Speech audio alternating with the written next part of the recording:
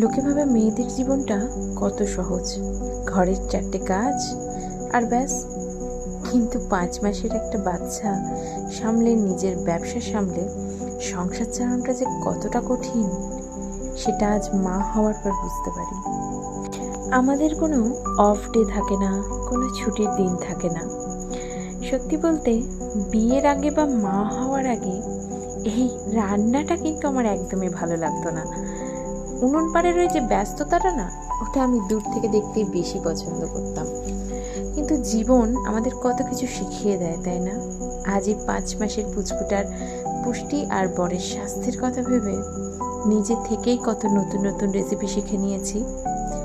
এখন তো রান্না করতে বেশ ভালোই লাগে। একদিকে ফুটন্ত তরকারি সামলানো আর অন্যদিকে বাচ্চার দিকে নজর রাখা, তার মাঝেই নিজের এই ছোট্ট বিজনেসটাকে বাঁচিয়ে রাখা। সব সামলে দিন শেষে যখন এই ছোট্ট মিষ্টি হাসি মুখটা দেখি, তখন সমস্ত ক্লান্তি এক নিমেষে ভুলে যাই। মা হওয়ার আনন্দ আর সংসারের এই খুঁটিনাটি বোধ হয় এখানেই। তবে জানো তো, সব কিছু হয়তো এতটা সহজ হতো না যদি আমার হাজব্যান্ডের মতো এরকম একটা মানুষ আমার পাশে না থাকতো। তাই বলবো, মেয়েদের জীবনে না সঠিক জীবনসঙ্গী নির্বাচন করাটাও ভীষণ জরুরি।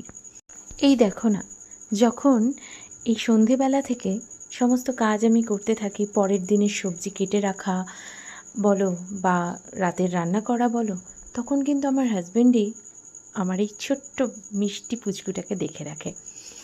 যাই হোক, তোমাদের সাথে কিছু কথা শেয়ার করতে করতে দেখো আমার পরের দিনের সবজি কেটে রাখা আর রাতের রান্না করা সমস্তটাই হয়ে গেল। এবার তো রাতের খাওয়া দাওয়া সেরে রেস্ট নিতে যাওয়ার পালা। তো চলো, অনেক গল্প হলো, আবার হবে অন্য কোনো দিন অন্য কোনো গল্প। সবাইকে জানাই গুড নাইট।